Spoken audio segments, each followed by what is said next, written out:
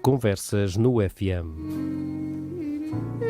Conversas no FM, um programa que surge aqui aos domingos, a partir das 12 horas. Conversas no FM, um programa de João Figueiras. Rui Sacramento, natural de Portimão, nascido no ano de 1945 e, segundo o mesmo diz, mesmo em frente à Igreja Matriz. Fez a primária, aliás, e frequentou o liceu até ao 7º ano. Logo de seguida partiu para Paris, tinha 18 anos e ingressou na universidade. Regressa a Portugal a 29 de abril de 1974, chegando a Portimão logo no dia 2 de maio de 1974. Filiado no PCP desde 62, nesse mesmo ano fez a reorganização do Partido Comunista na clandestinidade em Portimão. Foi membro da Comissão Administrativa da Câmara Municipal de Portimão de 1974 a 76. De 1990 a 98 foi vereador no município e depois de 2004 até 2009 esteve 3 vezes na Câmara de Portimão alternadamente, num total de 14 anos. Então, boa tarde, Rui Sacramento, obrigado por ter vindo. Boa tarde, João Figueiras. Quero agradecer o convite que a Rádio Alvor me dirigiu para estar aqui hoje presente. É com satisfação que estou aqui numa rádio que em Portimão promove a cidade. Olha, eu já há uns tempos que estava na mira do Rui para vir aqui ao programa, porque nas redes sociais, no Facebook e normalmente no Costumes e Tradições de Portimão, reparo que sabe muitas histórias de Portimão e é uma pessoa muito bem documentada. E nada como dedicar um programa ao Rui Sacramento, falar um bocadinho do seu percurso, muito ligado ao PCP, como já aqui referi. Nasceu em Portimão, como já disse, e depressa depois saiu daqui.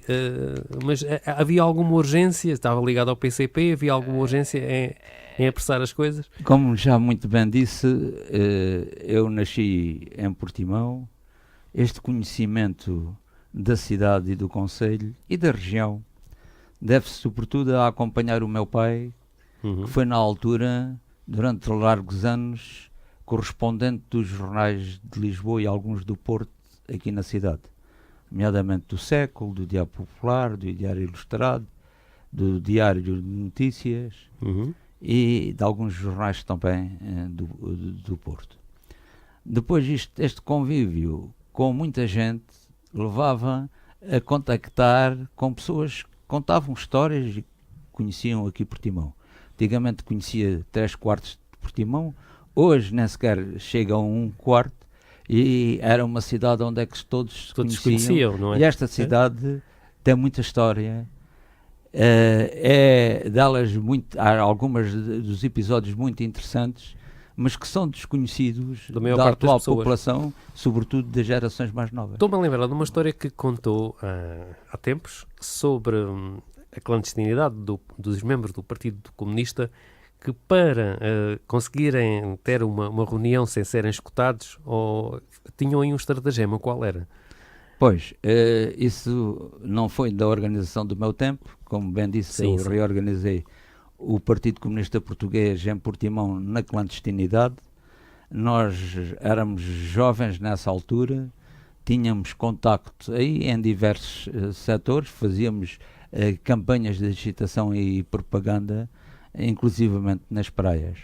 Mas como sabia, o regime tinha uma polícia política que era a PIT, que era tenebrosa, com uma rede de informadores que eram os chamados bufos e que controlavam muitas das pessoas. Então, esses camaradas, alguns deles passaram pelas prisões de Aljube, Caxias e Peniche. Portimão teve cerca de 50 pessoas que passaram pelas cadeias fascistas. E havia alguma razão especial?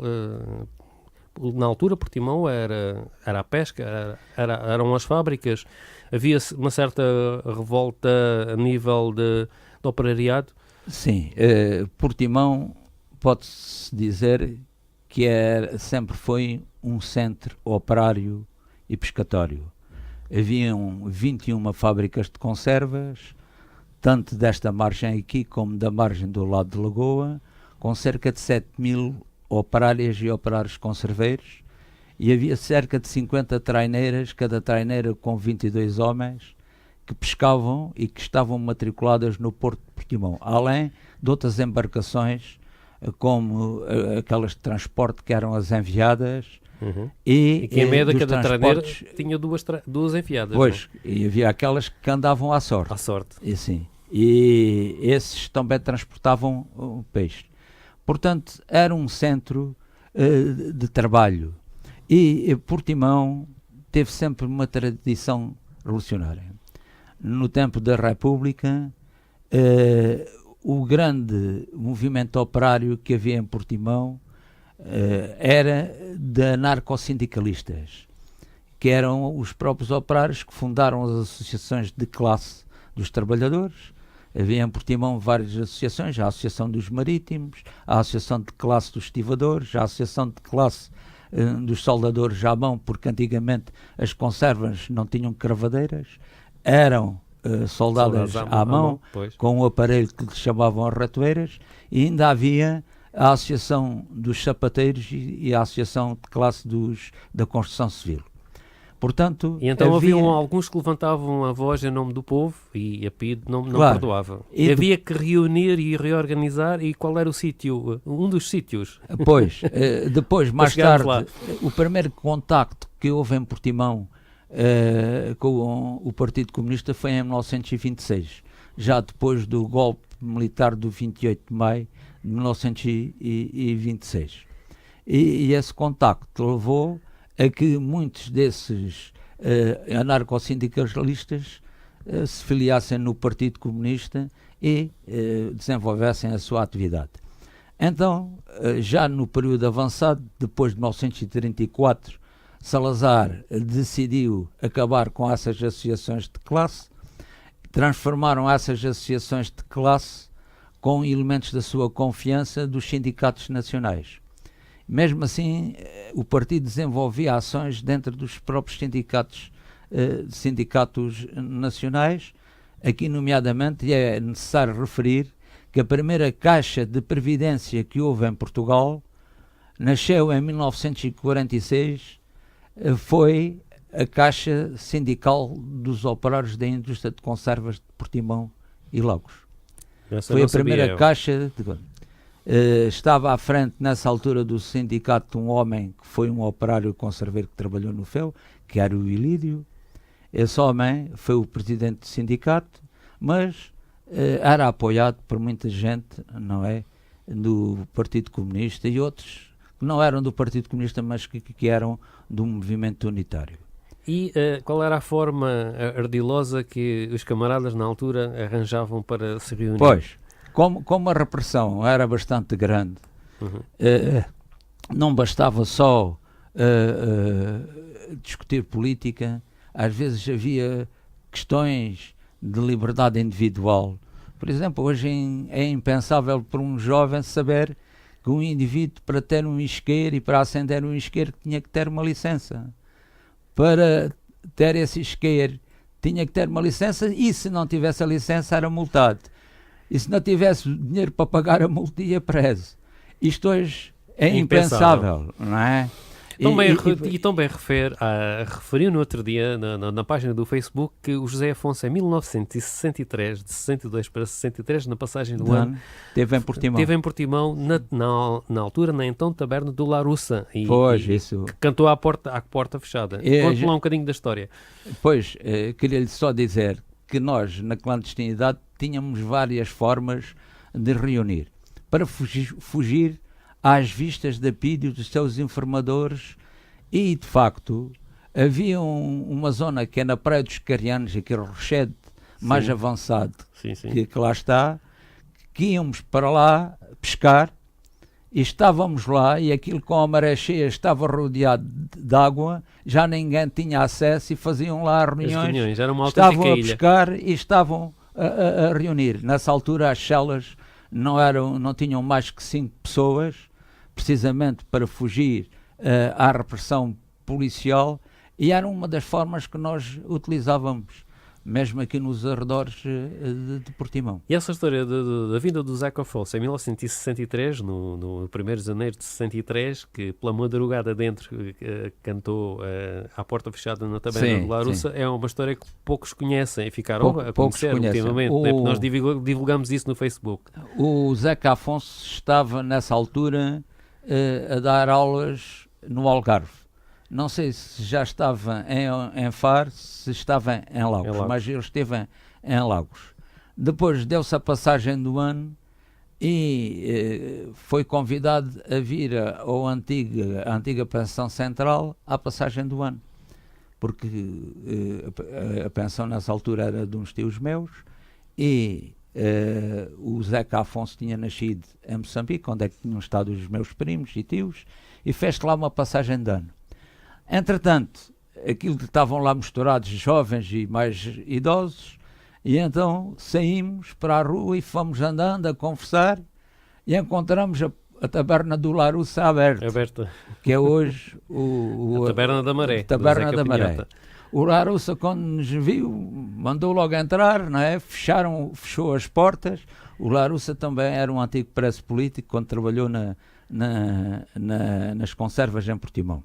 E o Zeca Afonso cantou para meia dúzia de jovens que estavam ali com ele a primeira vez em Portimão. Foi de facto um facto memorável. Não é? Vamos ouvir aqui o Zeca Afonso num tema As Galinhas do Mato, uma música com muita influência africana. Já voltamos.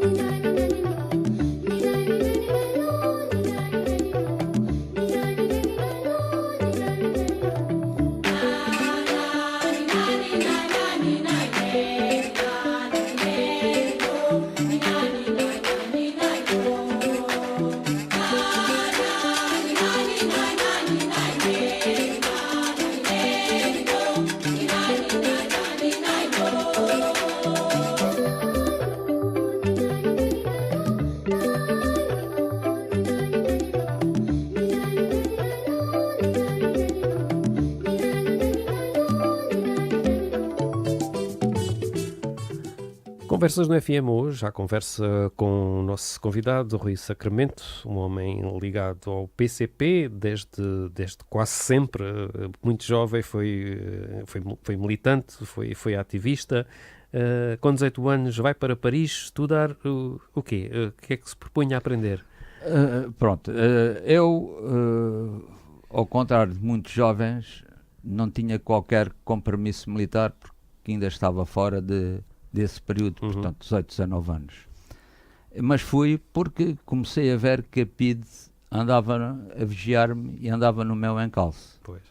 Até que um dia, com mais 3 amigos, um deles continua em Espanha, nunca foi para a França, nem regressou a Portugal, os outros 2 já faleceram.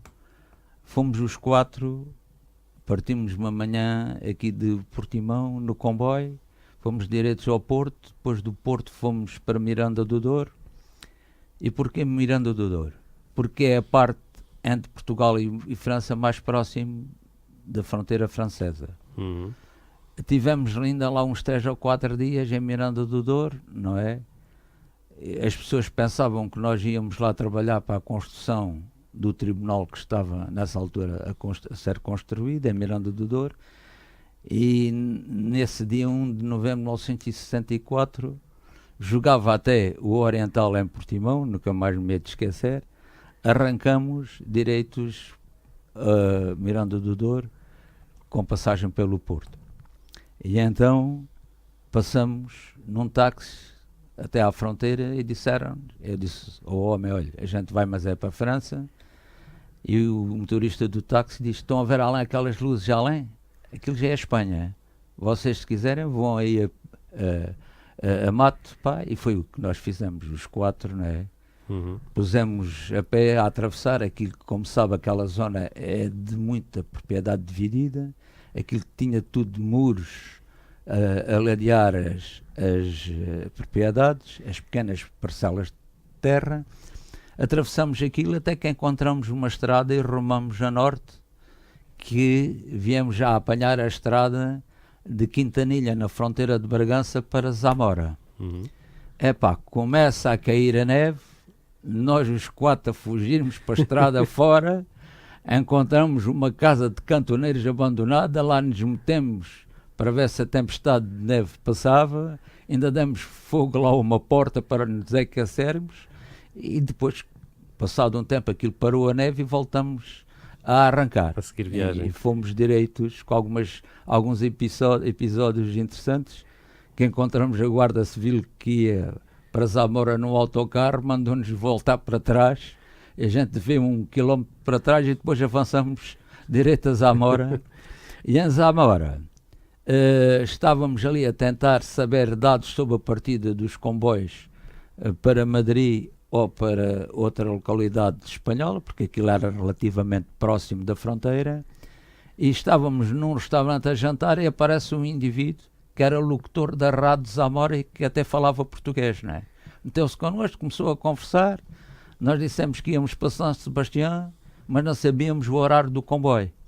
Então ele disse-nos, então mas vocês têm às 21 horas comboio para São Sebastião. Passa aqui ou parte daqui de Zamora. Foi o que nós quisemos ouvir, não é? Acabamos de rapidamente jantar, fomos para a estação, compramos o bilhete para São Sebastião e arrancamos nessa noite, não é? Direito a São Sebastião, chegando no outro dia de manhã a São Sebastião, de que ficamos. Eu fiquei somente 2 meses, eles é que ficaram mais tempo.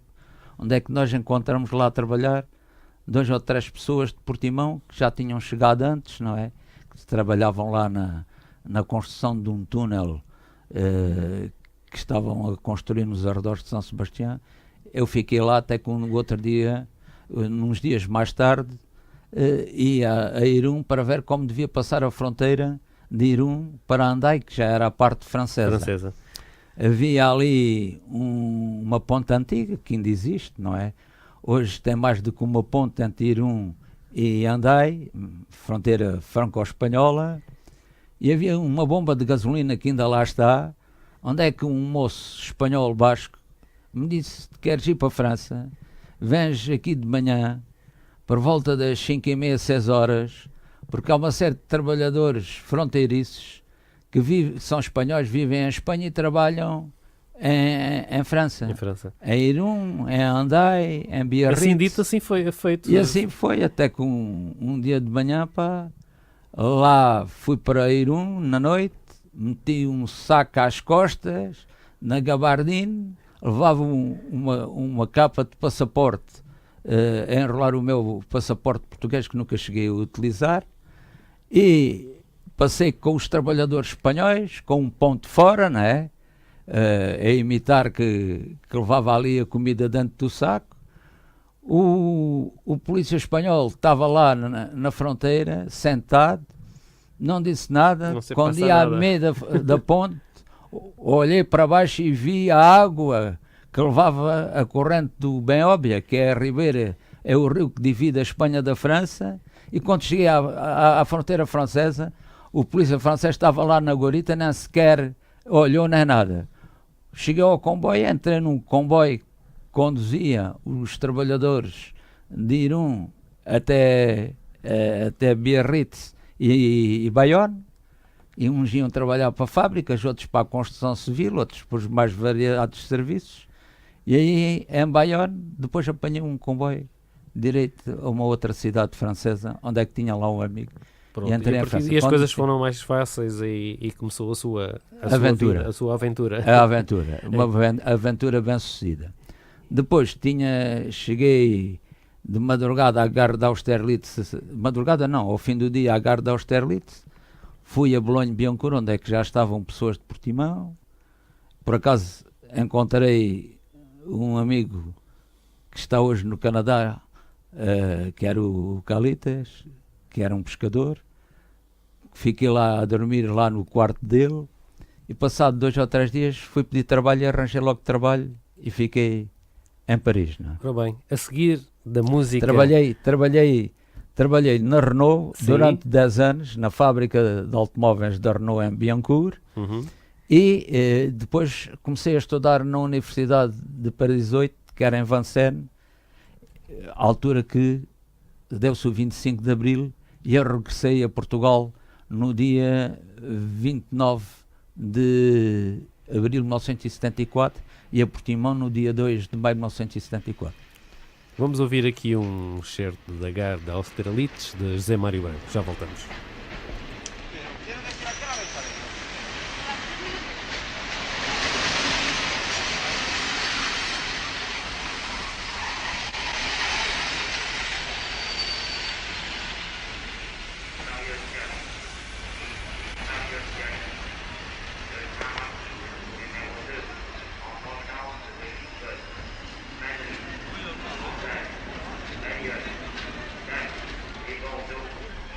Thank you.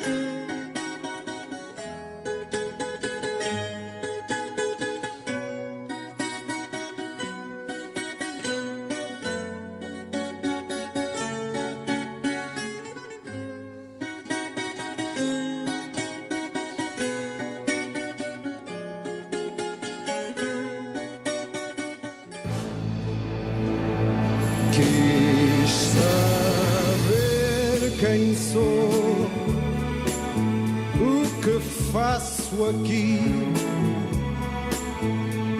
quem me abandonou, de quem me esqueci. Perguntei por mim, quis saber de nós, mas o mar não me traz tua voz. Em silêncio, amor, em tristeza e fim, eu te sinto em flor, eu te sofro em mim, eu te lembro assim. Partir é morrer, como amar é ganhar e perder. Tu vieste em flor, eu te desfolhei, tu te deste em amor, eu nada te dei. Em teu corpo, amor, eu adormeci, morri nele e ao morrer renasci. E depois do amor, e depois de nós, o dizer adeus, o ficarmos sós, teu lugar a mais, tua ausência em mim, tua paz que perdi, minha dor que aprendi. De novo vieste em flor, te desfolhei. Depois do amor e depois de nós, o adeus, o ficarmos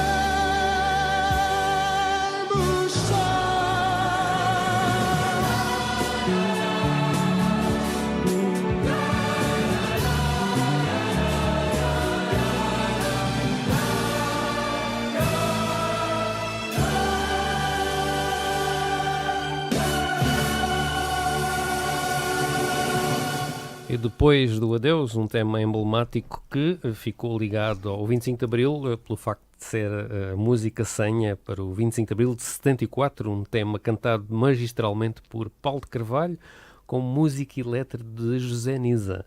José Nisa. Amigo Rui Sacramento, a vida de Paris era estudar e trabalhar. Estava a estudar Geografia, mas o curso ficou ao meio porque surgiu o 25 de Abril e voltou à sua terra natal, ao seu país. Pois, claro. E como é que foi a notícia? Como é que soube? Bom, eu na Renault trabalhava em turnos. De manhã entrava às 6h30, saía às 2h, depois entrava às 2h, saía às 11h da noite. Naquela semana era precisamente das 2h às 11h. E morava num prédio na rua de Anjou, onde é que moravam outras pessoas, por acaso de Portimão, que era próximo das instalações da fábrica Renault, onde é que eu trabalhava, na ilha Séguin, a célebre ilha onde é que a Renault tinha as principais fábricas. Só naquela unidade tinha 36.000 operários, empregados e técnicos. Pode ver, tinha mais que a população de Portimão. Era um mundo. Era um mundo. E muitas pessoas de Portimão trabalharam lá, sobretudo homens e também algumas mulheres. Tanto mais que nós, eu e depois com outros, fizemos uma assembleia e concretizamos a constituição de um clube português em que muitas das pessoas já eram originárias aqui do Algarve. Uhum. Tínhamos atividades, além dos bailes, sobretudo para os jovens, também tínhamos Era uma forma de estarem juntos biblioteca. e de... A Gulbenkian, de- a Fundação Gulbenkian em Paris Sim. ofereceu-nos uma biblioteca, tínhamos sessões de cinema, tínhamos espetáculos. Onde é que foram lá? A sede era na Casa da Cultura de Bolonha-Billancourt e os grandes festejos eram numa casa que uma comunidade de padres e freiras nos emprestava, que era lá mesmo com um grande salão, lá mesmo em Bolonha-Billancourt. Um bocadinho de Portugal em Paris. Pois. E E então na altura, nesses anos, acho que existiam 1 milhão de portugueses em Paris. havia 1 milhão em toda a França. Pois. Onde é que sobretudo estavam Concentrados em Paris. concentrados em Paris e nos arredores de Paris. E Grande então, parte dos jovens tinham fugido à guerra colonial. sim, No seu caso foi um bocadinho diferente porque Sim. a PIDE andava no seu encalço. pois, mas havia lá cerca de 100 mil jovens Uhum. que eram desertores ou refratários e que não quiseram ir para a guerra colonial e foram embora. O meu caso é um bocado diferente porque eu fui-me embora antes de qualquer compromisso e quando chegou à altura de dar o nome, fui ao consulado dar o nome e lá o funcionário perguntou-me: quer ir fazer a tropa a Portugal ou quer pagar o serviço militar? Eu olhei para ele e disse: epá, talvez seja melhor pagar o serviço militar. Pois. Porque aí 1 mês ou 2 antes, um amigo meu que tinha ido para lá decidiu regressar a Portugal, era forreal miliciano, foi mobilizado para a Guiné e morreu na Guiné. Né? Pois. De maneira que, então, preencha aqui este requerimento. E preenchi o requerimento. Dentro de 3 meses, venha cá para saber qual foi a resposta. 3 meses depois não havia resposta nenhuma. Mais 3 meses, 6 meses, volto lá, também ainda não havia resposta. Nunca mais lá voltei. Entretanto, dá-se o 25 de Abril. E como é que soube, continuando a nossa conversa, do 25 de Abril em Portugal? Do 25 de Abril. Eu nesse dia saí às 11 e tal, nessa noite, e no outro dia de manhã dirigi-me para a minha casa, não é? Lá para o meu apartamento, e o marido da porteira, quando chegava aí às 5 horas, 6 horas, era um tipo que já estava velho e bebia uns copos, não é? De maneira que ele subiu lá ao meu andar, era aí umas 8h30, 9 horas, e bate-me à porta e disse-me em francês: "Ó Sacramento, há um golpe de Estado em Portugal." E eu acordei, ouvi o que ele disse, agradeci e comecei a pensar: este tipo já vem bêbado logo de manhã. Mas comecei deitado na cama a ouvir, digo, isto é quase 10 horas, vou sintonizar a rádio Inter, que era uma rádio francesa bem ouvida, e a primeira notícia é de Lisboa. E eu, assim que ouço falar em Lisboa, dei logo um salto. O jornalista dizia que havia tanques na rua e tudo aquilo. Eu, entretanto, saio de casa, vou ao encontro de outros portugueses que paravam ali na zona, ninguém sabia de nada. Não ouvi rádio, não ouvi televisão, ninguém sabia de coisa. Entretanto, vou ao clube onde é que eu era o presidente, que era na Casa da Cultura, e lá estava um francês e disse-me: estás a ver, além da televisão, os tanques na rua em Lisboa. E de facto, já eles estavam a filmar o Salgueiro Maia e toda aquela malta. Epá, pronto, voltei novamente ao convívio dos portugueses, tive-lhes a dizer. Uns não acreditavam, Pois. né? Uns não acreditavam, outros não sabiam de Achavam nada. que era bom demais, era uma notícia boa demais. E então, no dia 25, entrei em contacto logo com camaradas meus, que estavam em Paris.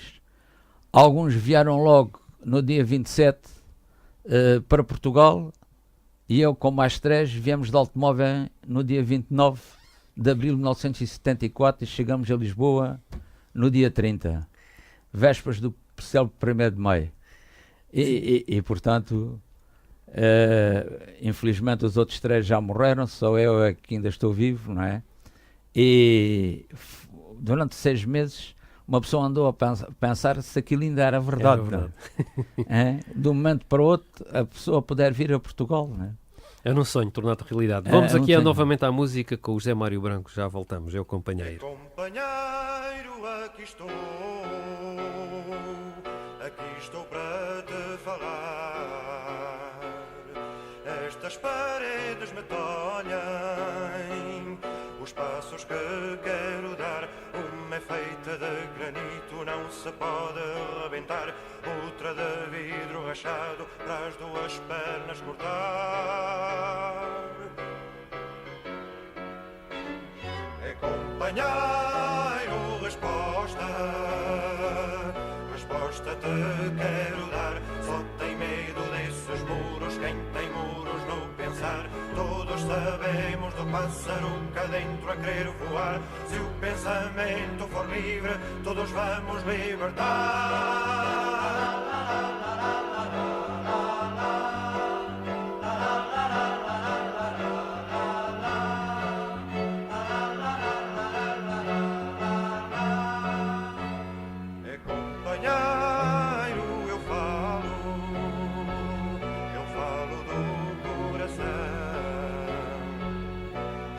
Acostumei à cor desta negra solidão. Já o preto que vai bem, já o branco ainda não. Não sei quando vem o vento para me levar de avião.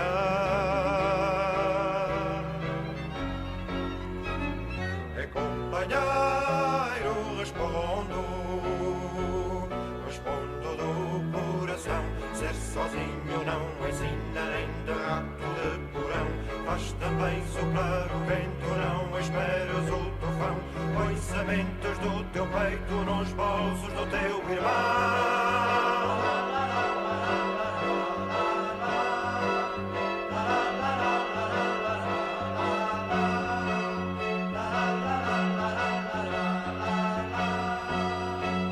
É companheiro, vou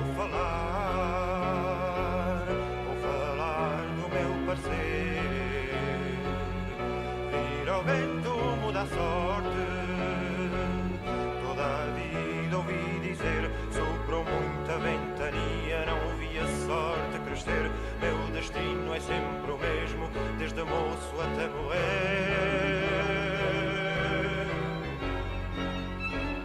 É companheiro, aqui estou. Chegado a Portugal, a Portimão, no dia 2 de maio de 74, parecia um sonho, segundo me disse, levou 6 meses aí um bocado de se a beliscar. Mas e depois, pronto, era o momento da liberdade. Foi o 25 de Abril, um momento que todos nós aspirávamos. Passados estes anos, 45 anos, muita coisa se calhar não foi feita, muito haverá por fazer, mas independentemente disso, acho que foi um momento lindo para quem tinha problemas de perseguição política e, no seu caso, pôs-se ativo no município de Portimão. Fez parte da comissão, foi? Sim, depois de regressar a Portimão em 2 de maio de 1974, a primeira tarefa que eu tive foi, empenhado e militante do Partido Comunista Português, reatar as ligações com os velhos militantes, não só de Portimão, mas em Silves, em Lagos e mais tarde em Albufeira, Algesur, Vila do Bispo e Monchique.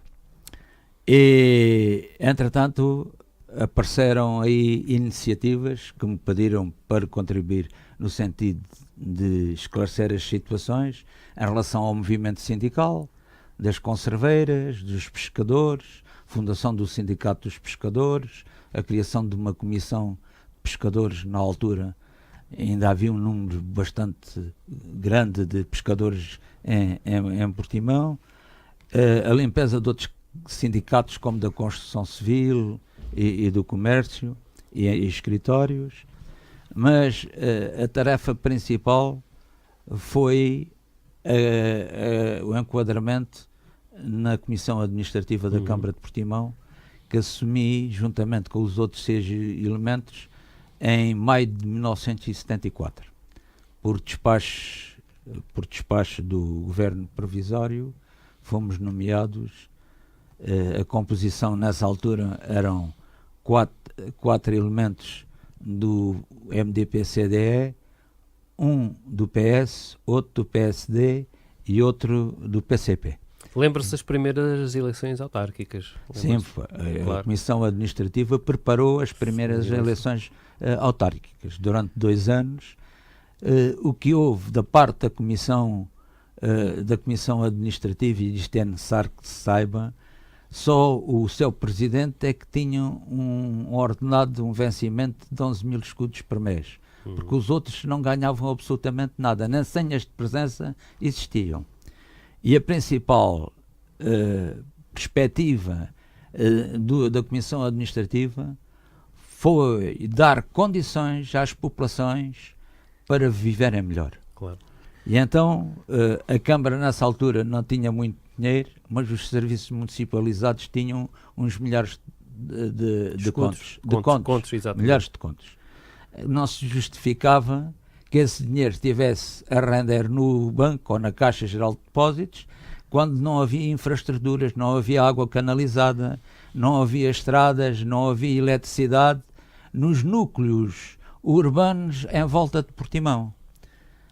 Essa foi, portanto, a primeira tarefa. Pé da Mourinha, Companheira, Vendas, Coca Maravilhas, que ainda não existia, mas todo Val de França, todos Aldeia das Sobreiras e mesmo em Alvor e Mexilheira Grande, não existiam infraestruturas, nem mesmo estrada tinham. E foi um trabalho imenso e que nos alegrou bastante, porque as populações participavam. Sim, sim. Aqueles que sabiam, tinham uma profissão como padreiros, canalizadores ou como eletricistas, participavam na extensão das redes de energia e de estrada aos núcleos de Portimão, a tal ponto que, além da Comissão Administrativa, constituíram cerca de 40 e tal comissões de moradores em Portimão, não só dos diversos centros da cidade, como igualmente nos arredores. E, de facto, isto foi dar condições àqueles que mais dificuldades tinham, que eram as populações dos arredores. Porque todos esses núcleos eram clandestinos. Foram depois recuperados e hoje são zonas habitacionais de Portimão, onde é que mora muita gente. Guarda então boas memórias desse período pós-25 de Abril que está aí a descrever.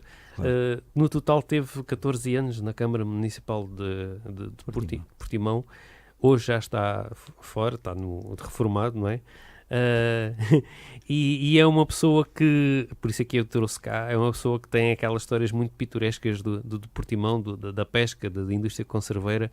Lembra-se assim alguma história que nos queira contar? Já estamos no nosso limite de tempo, relativamente ao movimento sindical ou ao movimento de pescadores, qualquer coisa assim. Sabe, para nós comunistas, política não é profissão, é atividade. E dentro do nosso partido há pessoas de diferentes gerações e idades, mas todos somos militantes, ativistas, para que se desenvolvam em prol do partido e do povo, das populações. E por isso mesmo, este sentido de trabalhar para o povo e defender o povo está sempre na nossa mente, que é um aspecto diferente de qualquer outra força política. Alguma vez privou de perto com Álvaro Cunhal? Sim. Eu, em fevereiro de 1968, janeiro de 1968, conheci Álvaro Cunhal em Paris. Até o encontro foi preparado num café da Porte de Champéret e ainda tenho uma pequena lembrança que ele me deu para eu seguir uma senha de viagem. E digo-lhe uma coisa, o Partido Comunista Português, não todos os membros, mas uma parte deles, estavam preparados para todas as situações. O partido não só deu-lhes a ideologia marxista-leninista, mas igualmente estava preparado para todas as ações e todas as tarefas que o partido...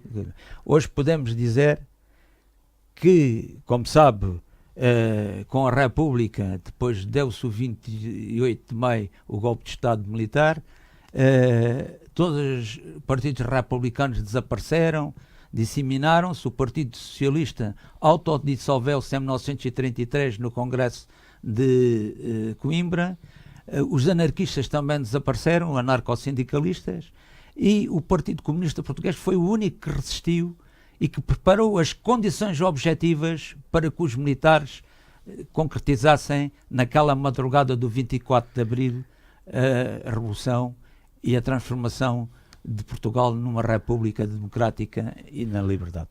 Passados 45 anos, o Partido Comunista continua unido, o Partido Comunista Português. O Partido Comunista é uma organização que continua unido na ação. Não quer dizer que todos tenham a mesma opinião, mas quando toca a assumirmos uma ação, une-se todos para levarmos essa tarefa até ao fim. Mas discute-se, temos reuniões, participamos, já as organizações conselhias, já em algumas empresas as células e tudo isso, discute-se o que fazer. E por isso há uns que têm uma opinião, outros têm outra, e tenta-se congregar. Mas quando é a ação, isso todos remamos para o mesmo lado. Resta-me agradecer ao Rui Sacramento o facto de se ter disponibilizado para vir aqui ao Conversas no FM. Foi um gosto em recordar algumas histórias de Portimão e da sua vida como ativista político do PCP na clandestinidade. Muito obrigado. Até à próxima. Agradeço ao João Figueiras e estamos cá para divulgar sempre, sobretudo às novas gerações, o que foi aquele período tenebroso e o atual. Claro que nós estamos sempre também a acompanhar a vida nacional deste país e a vida do seu povo. Obrigado.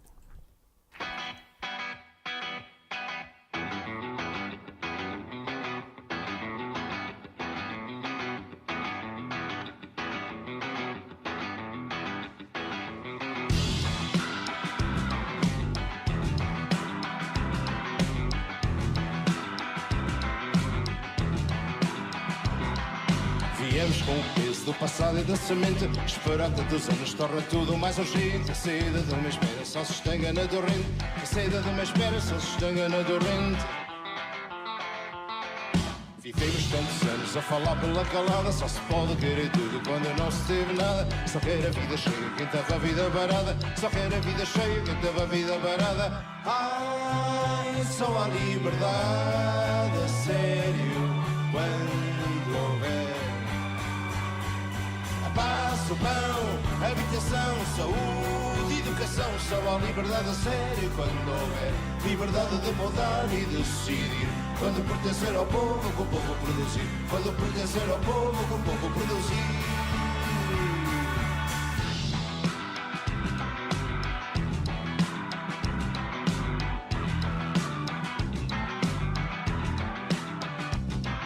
Viemos com o peso do passado e da semente. Esperar tantos anos torna tudo mais urgente. A saída de uma espera só se estanca na torrente. A saída de uma espera só se estanca na torrente. Vivemos tantos anos a falar pela calada. Só se pode querer tudo quando não se teve nada. Só quer a vida cheia quem teve a vida parada. Só quer a vida cheia quem teve a vida parada. Ah, só a liberdade a sério quando houver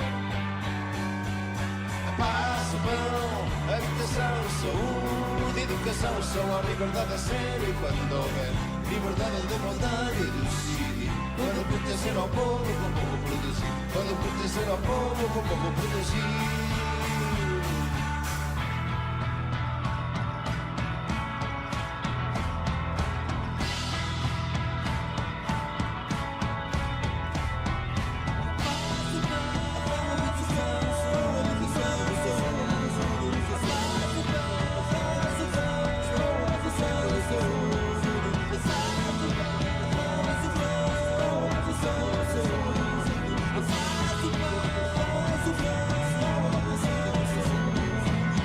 Com o peso do passado e da semente. Espera tantos anos torna tudo mais urgente. A saída de uma espera só se estanca na torrente. A saída de uma espera só se estanca na torrente. Ai, só a liberdade sério quando houver paz, o pão, habitação, saúde, educação. Só a liberdade a sério quando houver liberdade de mudar e decidir. quando podia ser ao povo produzir, quando podia ser ao povo produzir. A paz, o pão, habitação, saúde, educação. Obrigado, boa noite.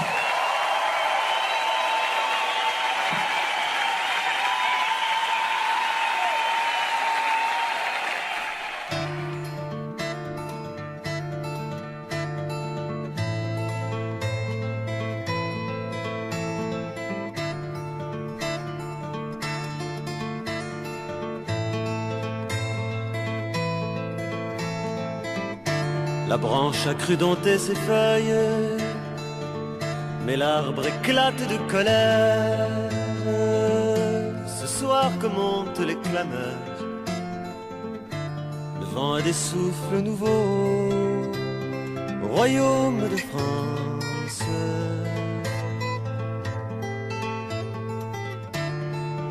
Le peintre est monté sur les pierres, on l'a jeté par la frontière. Je crois qu'il s'appelait Julio. Tout le monde ne peut pas s'appeler Pablo au royaume de France. Et le sang des gars de Nanterre a fait l'amour avec la terre et fait fleurir les oripeaux. Le sang et couleur du drapeau au royaume de France.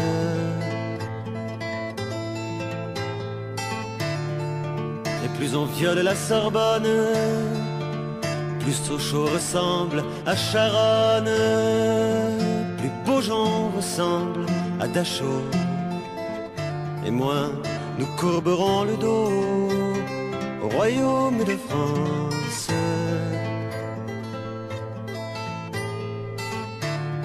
Perché sur une barricade, l'oiseau chantait sous les grenades. Son chant de folie était beau et fou les enfants de Rimbaud au royaume de France. La branche a cru dompter ses feuilles, mais elle emportera le deuil et l'emportera au tombeau. L'automne fera pas de cadeau au royaume de France.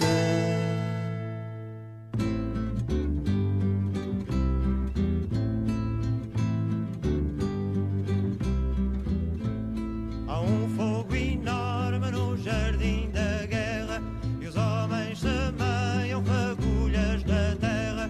Os homens passeiam com os pés no carvão que os deuses acendem, luzindo um tição.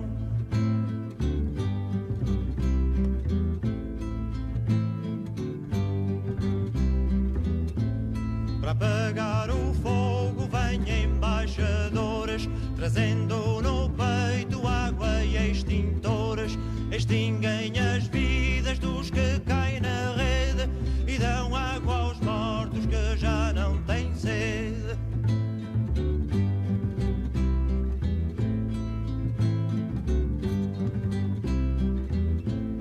Ao circo da guerra chegam piromagos, abrem grande a boca quando são bem pagos, soltam labaredas pela boca cariada, fogo que não arde, nem queima, nem nada.